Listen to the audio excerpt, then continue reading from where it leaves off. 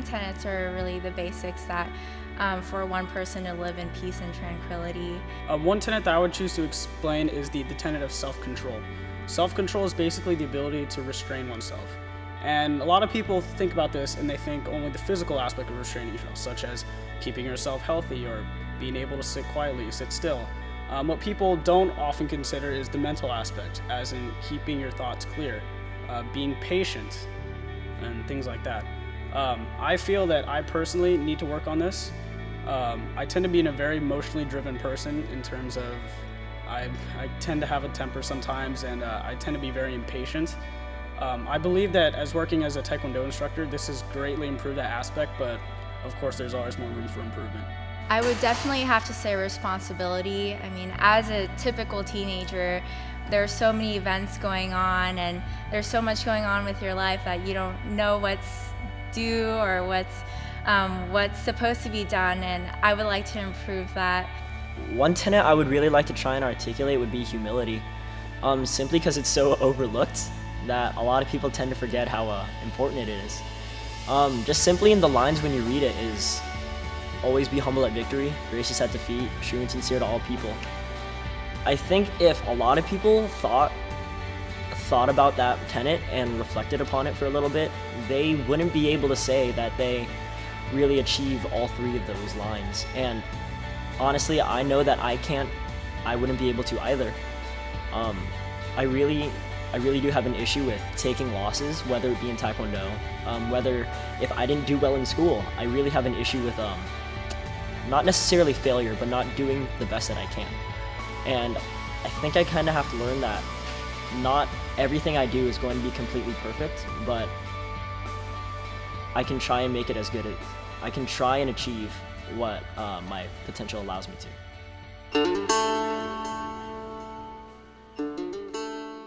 Taekwondo literally means the way of kicking and punching, but Taekwondo can't just be considered just a fighting style. The Do part of it means way of life.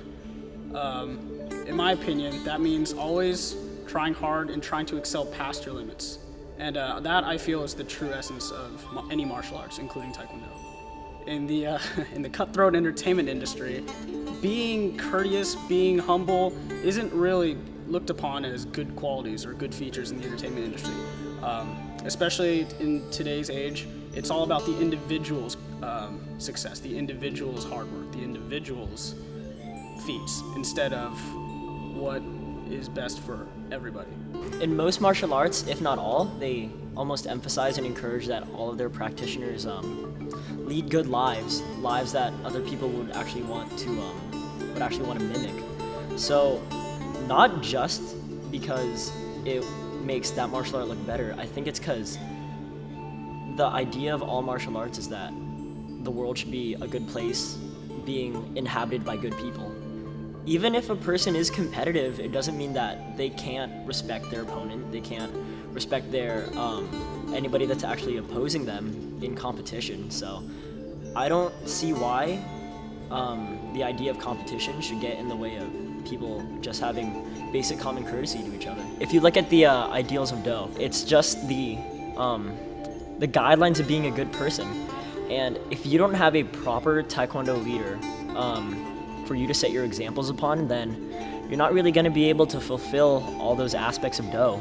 An effective leader creates a supportive environment where people can grow, thrive, and live in peace with one another. They also promote harmony with nature and therefore provide sustainability for future generations.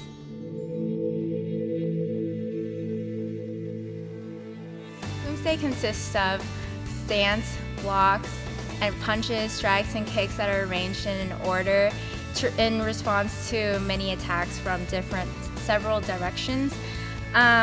Really balance, focus, coordination, proper breath control, and self-discipline emerge as benefits of form practice. Kumse and sparring offer different benefits such as concentration, balance, and endurance. It is pretty evident that doing both Kumse and sparring may benefit you in many ways. People who start off sparring before they've done forms generally will develop bad techniques, So without forms, even not competitively, people would have very little incentive to perfect techniques, making all aspects of their martial arts better in the long run. To truly succeed in sparring, I believe that a competitor really has to have the heart and fire necessary to do whatever it takes to win while still staying within the boundaries of the rules. As Master Ryu always says, heart and spirit first, stamina second, techniques last. And that is the order that a competitor has to view his priorities in terms of training for sparring. I believe that Taekwondo as a sparring style, the thing that's most unique about it is the employment of footwork. Now that's not to say that other types of sparring do not have footwork, because as we know, boxers have excellent footwork, kickboxers have excellent footwork. But the true difference is, I think, the level of footwork. For example, in Taekwondo you have to be agile, fast, and balanced all at the same time. And the reason for this is because a majority of Taekwondo strikes in sparring is kicks. And because of the majority of how much we use our legs, we really have to have complete mastery of our legs and our footwork. Taekwondo sparring is by far one of the most strenuous and taxing sports in the world. And some proof of that is if you look at the majority of high-level competitors these days, they're only in their mid-20s and below. And that's because sparring requires a tremendous amount of energy, and it's strenuous to the body. If you look at it, Taekwondo competitors who are at that high level are probably in the best shape of their life, and they are coordinated. They have an excellent sense of distance and excellent sense of timing. My overall game plan, which is still being tweaked by Master Ryu as we speak, is to have steady, constant pressure, whether I'm behind or ahead in the count. I need to do this by having really good footwork, having great combinations and being able to follow up right away, and being especially good in the clinch, especially because of my height. The essence of grappling is the perfect harmony of strength, technique, and control. And when I say control, I mean your own control with your base, your weight distribution, and also controlling your opponent to not really give them a good opportunity to turn the tables on you. So I feel that if you can master all three of these things, or just excel in all three of these things, you will be an impeccable grappler. In grappling, I try and implement my wrestling base that I kind of got hold of in my freshman year in high school. So I look to take my opponent down and try and control them from the top position. And once I feel that my opponent made a very large mistake, I try and capitalize on that with a submission that I have in my arsenal.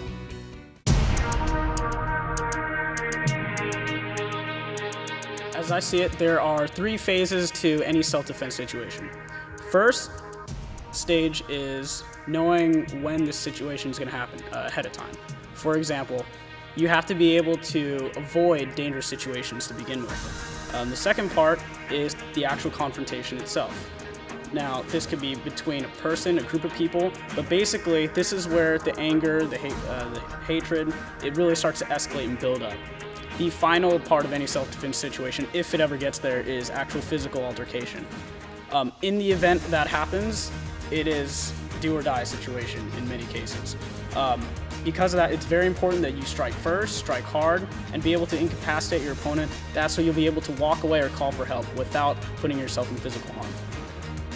The difference between self-defense and sports competition is, I think self-defense, or I know that self-defense is do or die. If you don't incapacitate your assailant, then you might be put into a particularly bad situation. As opposed to sports competition, you're training up to that point, I feel, especially in martial arts. There are rules and regulations in martial arts sports competition, but if you're ever put into a self-defense situation, you have to act on your toes. There's no 8 count. There's no in between rounds. You really have to perform. There's so many words to describe AMAA, and one word that I can find is indescribable, because I mean, the people that are here, the service that's put out, the events and competitions we go to.